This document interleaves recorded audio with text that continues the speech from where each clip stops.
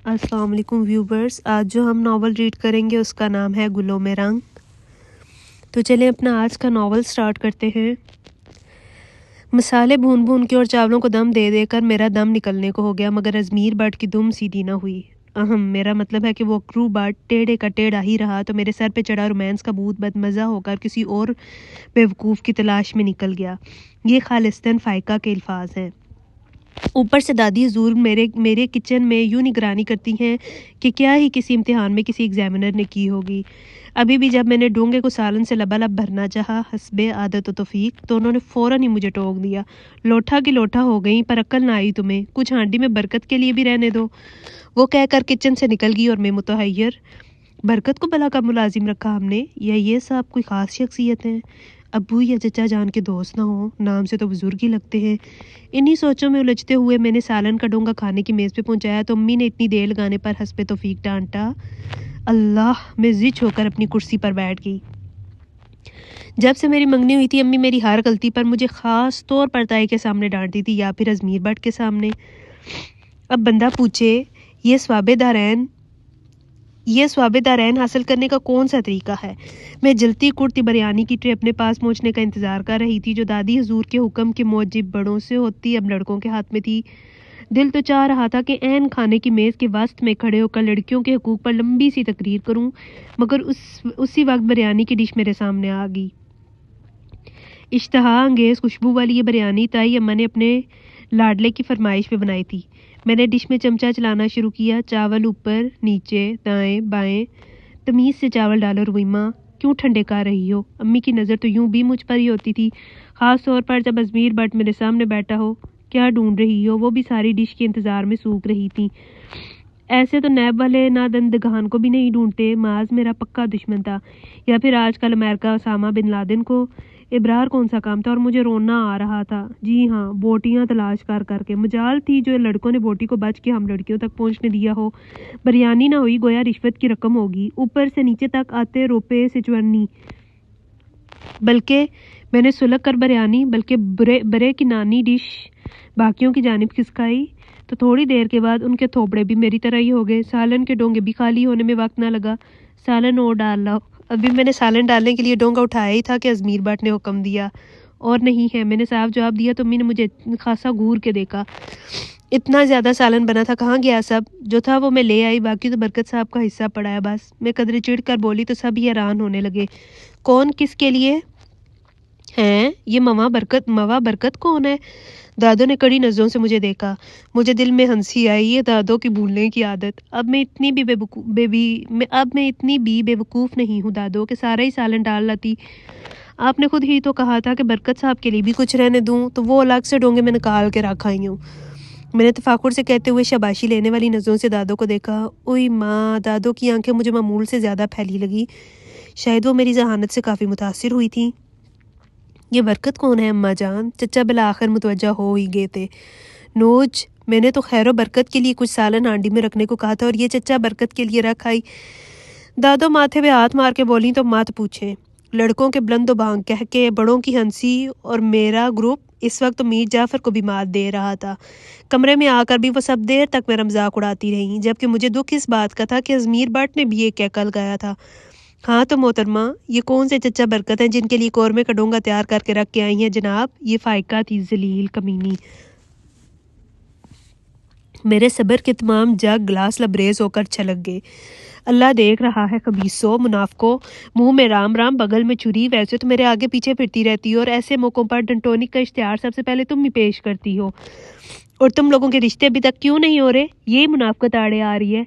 घर बैठी बुढ़ियाँ हो रही हो, और तुम एक ही सांस पे इन पर अच्छी खासी लानते बेचकर गहरी सांस खींचते हुए मैंने अपने बिस्तर पर लूटनियाँ लगाकर हंसती फ़ायका को खा जाने वाली नज़रों से देखा और मुंह पर हाथ फेरा। तुम्हें ऐसा शराप दूंगी कि सदा याद रखोगी इंग्लिश मैडम। ऐसे उर्दू दान से पाला पड़ेगा कि हर वक्त लुगत में सर देकर और मुंह घुसेड़ कर बैठी रहोगी। फ़ायका तड़प के उठ बैठी। फिट्टे मुंह तुम्हारा रमीमा गुल, एक ही तो ख्वाब है मेरा, खूब सारा पढ़ा लिखा बल्कि इंग्लिश बाबू। देखना तो सही, तुम बड़े दुखी दिल से बदवा दी है मैंने। मेरी उर्दू का मजाक उड़ाने वाली हो।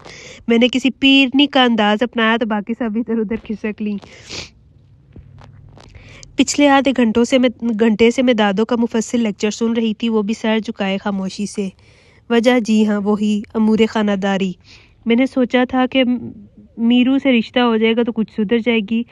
हक हा मेरा लाइक फाइक होनहार पोता। होनहार या खूनख्वार में दिल ही दिल में कुड़ी। मीरू ने कौन सा मुरे खानादारी में अम्मे किया है दादो जो मैं उससे मंगनी के बाद हर पर मौला बन जाती। मेरे दिल की जलन पर आखिर ज़बान पर आ ही गई। नतीजन मेरे बालों में नारियल के तेल का मसाज करती दादो ने मुझे 2 हत्थड़ रसीद किए। शर्म कर, ये क्या तू तड़ाक लगा रखी है, कोई अदब लिहाज नहीं रह गया? 5-6 साल बड़ा है तुमसे। लो जी, अब वो मुझसे बड़ा है तो ये ताई अम्मा का कसूर हुआ या मेरा? मगर यहाँ तो अक्ल की बात करना और जूते खाना दोनों बराबर थे। दादो का मूड बिगड़ चुका था, सो मैंने बाल समेटते हुए वहाँ से फरार होने को ही बेहतर समझा। मगर इससे पहले मैं दादो जान से इस काम की इजाज़त ले चुकी थी जिसके लिए मुझे अपने घोंसले, मेरा मतलब है कि अपनी खूबसूरत जुल्फ़ों में मनो तेल डलवाना पड़ा। अल्लाह का शुक्र है दादो को हम मासूम पोतियों का भी कुछ ख्याल आया, वरना इन्हें तो पोतों के अलावा और कुछ नज़र ही नहीं आता। ये फ़ायका थी।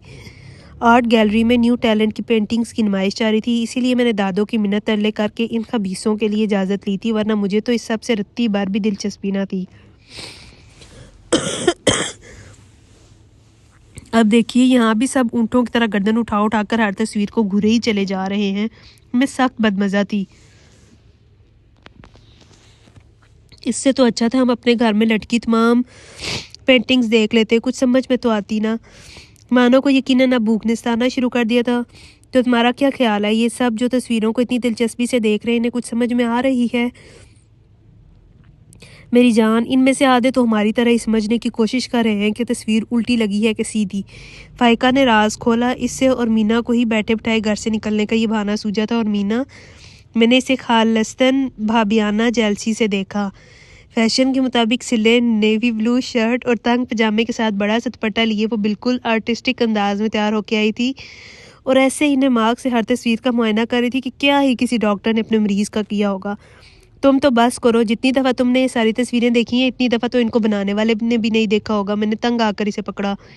शर्म करो, अब अगर फ़ायका के शौक की खातिर आ ही गए हैं तो कम से कम खुद को नालायक तो जाहिर ना करें। वो बड़ी अदा से बोली। बको मत और चलो, तुमने कहा था कि अगर दादो ने इजाज़त दे दी तो हम रेडी से गोलगप्पे खाएंगे। हाया दरीना ख्वाब, मेरे मुंह में कहते हुए पानी भर आया।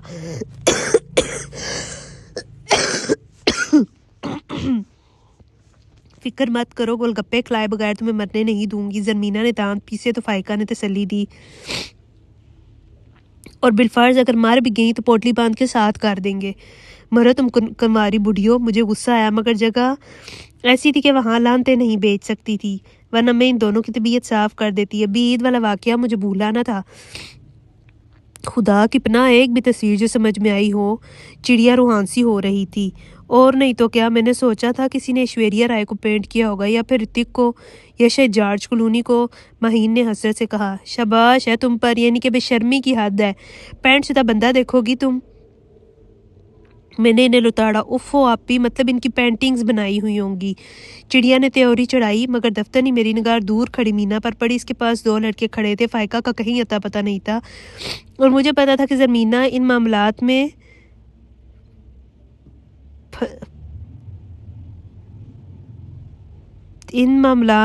फंसी है। सो मैं चील की तरह उसकी तरफ लपकी। जी मुझे अकाब कहते हैं, ग्रे पैंट वाले ने बड़ी शाइस्तगी से कहा। ज़रमीना तो मुझे पता था कि अपनी लरसती टांगे ही संभाल रही होगी। मैंने उन्हें कड़े तेवरों से देखा और धमकाया। बहुत खूब, हमारी मीना को देखते ही आप अकाब बन के। ज़रा ध्यान से मिस्टर, दादा जान की तारीखी बंदूक मिली है हमें विरसे में। अकाब, वो सदमे से मुझे देखते हुए बोला। काब से काब कहा है मैंने, कहब तनवीर नाम है मेरा। तो हम क्या करें? अखबार में तब्दीली नाम का इश्तिहार दे दें क्या? बकौल फ़ायका मैं तो अपने ग्रुप का गुंडा थी। जी मैं इमरान अब्बास हूँ, और ये सब पेंटिंग्स मेरी हैं। ब्लैक पैंट वाले ने जल्दी से कहा। इमरान अब्बास, ड्रामों वाले? फ़ायका ने घूर घूर के इसका जायज़ा लिया, फिर साहब गोई से बोली। वो तो बड़ा क्यूट सा है। देखें जी, वो खंकारा, ये मेरी तस्वीरों की नुमाइश है। झूठ आपी, 100% झूठ। एक भी तस्वीर में ये शख्स कहीं नहीं है। चिड़िया की तो जान हवा होने लगी, ये सोच के कहीं वो दोनों दहशतगर्द ही न हो, या फिर अगवा करने वाले।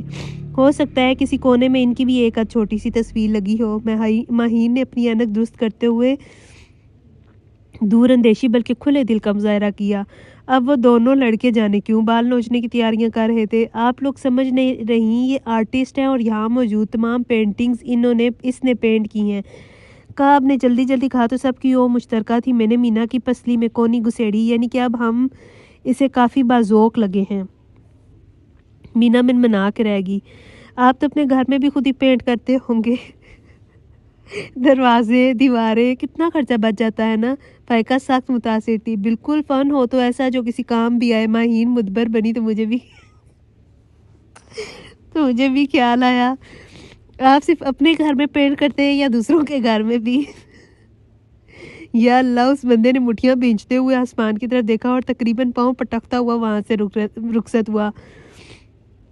बाखुदा, आप तो किसी को भी पागल बनाने की मुकम्मल सलाहियत रखती हैं। ये काब तनवीर था। इशारा मेरी तरफ था या हम सब की तरफ, मगर मैं तो हवाओं में उड़ने लगी। यानी मैं रवीमा गुल किसी को भी अपने हुस्न से पागल बना सकती हूँ। शुक्रिया। मैंने कसर नफसी का मुजाहरा किया। आप कज़न्स हैं? वो पूछने लगा। फिर जवाब मिलने से पहले ही मीना की तरफ इशारा किया। ये नहीं बोलती क्या? ये पूछें क्या क्या नहीं बोलती? अभी तो शायद मुंह में छाला ना बना हो जो चुप है। मेरे अंदर की भाभी अंगड़ाई लेकर बेदार हुई। रूमी, मीना ने मुझे आंखें दिखाई। ये मीना है, ये मानो, ये चिड़िया। और मैंने शराफत के जुम में आते ही मखसूस घरेलू अंदाज में तारुफ शुरू कराया तो वो बखला गया। आपके घर में सिर्फ चिड़िया तोते ही हैं? नहीं, ये मानो भी है, मैंने मुस्कुरा कर वानी से कहा। फिर मतलब समझ में आने पर इसे घूरा घूरा। बस अब जग बंद। वो हंसते हुए हाथ उठाकर बोला, हंसते हुए कितना अच्छा लगता है ना। मैं फ़ायका के कान में मनमनाई, ज़रा अजमीर भट्ट को याद करो ताकि तुम्हें ये अच्छा लगना बंद हो। वो दांत पीस कर बोली तो मैंने ठंडी आह भर के सब्र कर लिया। आए ना वहाँ, इमरान लाइव पेंट कर रहा है, आपको दिखाता हूँ। काब ने ऑफ़र की। किसको? जिंदा पेंट कर रहे हैं? चिड़िया मुतहैयर थी। मेरा मतलब है कि सबके सामने पेंट कर रहा है। अच्छा। हमारी तरह बाकी सबको भी यकीन नहीं आया होगा कि ये सारी पेंटिंग्स उन्होंने बनाई हैं। मानो खिलखिलाई तो वगैरह सांस भर के बोला, आए चले। इसकी चमकती आंखों को बार बार मीना पर टिकते पाकर मुझे कुछ शक सा हो रहा था।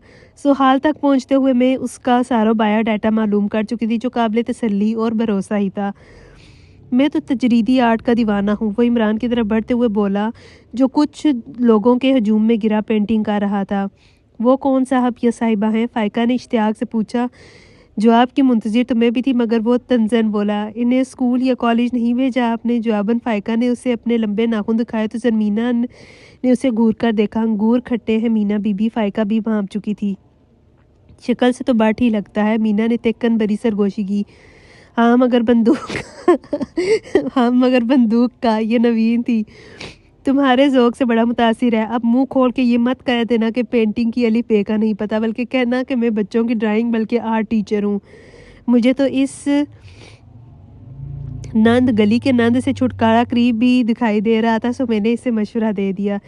इमरान अब्बास 2 एज़ल सामने रखे, दोनों पर ही खुदा जाने उल्टे सीधे क्या स्ट्रोक्स लगा रहा था। रंगों की भरमार, और अल्लाह जानता है जो हम में से किसी को भी दोनों तस्वीरें जो समझ में आ रही हों, जबकि वहाँ मौजूद लोग बड़ी महवियत से इसके स्ट्रोक्स देख रहे थे। वाह क्या रंगों का इम्तजाज है। ये मीना थी। मैंने इसे घूरा। वो बोली, लोग हमें बेवकूफ़ समझ रहे हैं। सब यूं मुंह फाड़ के देख रही हैं।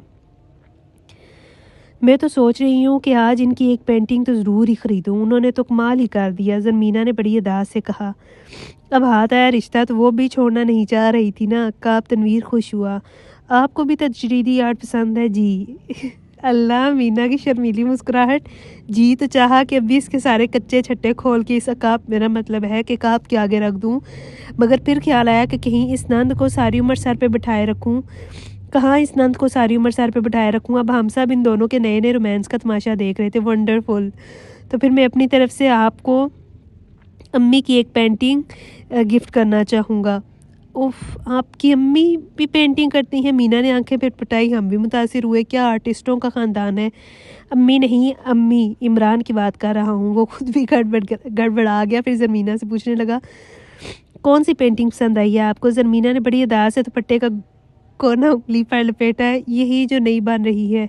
अदाएँ देखो, कम वक्त की लग रहा है। लड़के फंसाने में CSS किया हुआ है। फ़ायका का दिल जल कर कबाब हुआ जा रहा था। फंटेस्टिक, कितना मुश्किल थी ये वाली पेंटिंग पसंद आई है आपको? वो खुश था, इसने इशारा किया जहाँ इमरान अब पेंटिंग मुकम्मल कर चुका था। ये नहीं, ये वाली जिसमें ज़्यादा कलर्स है। मीना ने शर्मा कर दूसरे एज़ल की तरफ इशारा किया। वो काब ने दूसरी तस्वीर की तरफ इशारा किया तो मुझे उसकी आंखों में बेचैनी दिखाई दी। अगर बहुत महंगी है तो रहने दें, मुझे तो बस इसका थीम बहुत यूनिक सा लगा था। तो ज़रमीना ने नज़ाकत से कहा। मुझे लगा जैसे काब ने अपनी हंसी पर मुश्किल रोकी हो। ओके, वो हमें लिए इमरान की तरफ बढ़ा। वही तुम्हारे आर्ट के असल कदरदान तो इधर हैं। इन्हें तुम्हारी ताज़ा तरीन पेंटिंग इस कदर पसंद आई कि अभी के अभी लेना चाह रही हैं। अच्छा, कौन सी बला? उसने बातें खुलाई तो हम सब ने ज़रमीना की पसंद करदा पेंटिंग की तरफ मुश्तरका इशारा किया। अब की बार झटका पेंटर बाबू को लगा। इस गरीब ने कब सोचा होगा कि उसकी एक भी तस्वीर बिकेगी, और हमने भी अगर इस काब तनवीर को ज़रमीना बीबी के जाल में फांसने को ही ये हिम्मत की थी, वरना तो 2 घंटे से नीले पीले रंग देख देख के अब तो यरकान होने ही वाला था। ये तस्वीर चाहिए आपको? वो बेयकीन था। हिम्मत रखें इमरान साहब, आप इतने बड़े आर्टिस्ट भी नहीं। एक दिन आएगा जब दुनिया आपके फ़न को पहचान लेगी। मैंने तकरीर झाड़ी। हमारी तरफ फ़ाइका ने जुमला उचका। बिल्कुल बिल्कुल, काब ने दांत चमकाए थे, मगर पेंटिंग तो ये है। इमरान रूहान सा होकर अपने सामने धरे एज़ल की तरफ इशारा करके बोला। तो वो क्या है जो ज़रमीना ने पसंद किया है? मैं चिढ़ कर पूछने लगी। इस पर तो मैं अपना ब्रश साफ करता हूँ, रफ पेपर है वो एहतजाजन बोला। काब का ज़ोरदार कहकर हम सब के मुंह और कानों से निकलता धुआं। बाकी आप खुद समझदार हैं। तो ये था आज का प्यारा सा छोटा सा नावल। ये डाइजेस्ट बेस्ड जो ओल्ड नावल होते हैं फ़नी, उनका यही मज़ा होता है, लाइट से फ़नी है। तो अभी तो इस तरीके की मतलब कि कॉमेडी नावल्स जो हैं, आई डोंट थिंक सो कि कोई भी राइटर लिख सकती हैं। नहीं, मैंने अभी रिसेंट किसी राइटर के ऐसे कॉमेडी नावल्स पढ़े हैं। तो होप आपने एंजॉय किया होगा। अल्लाह हाफिज़।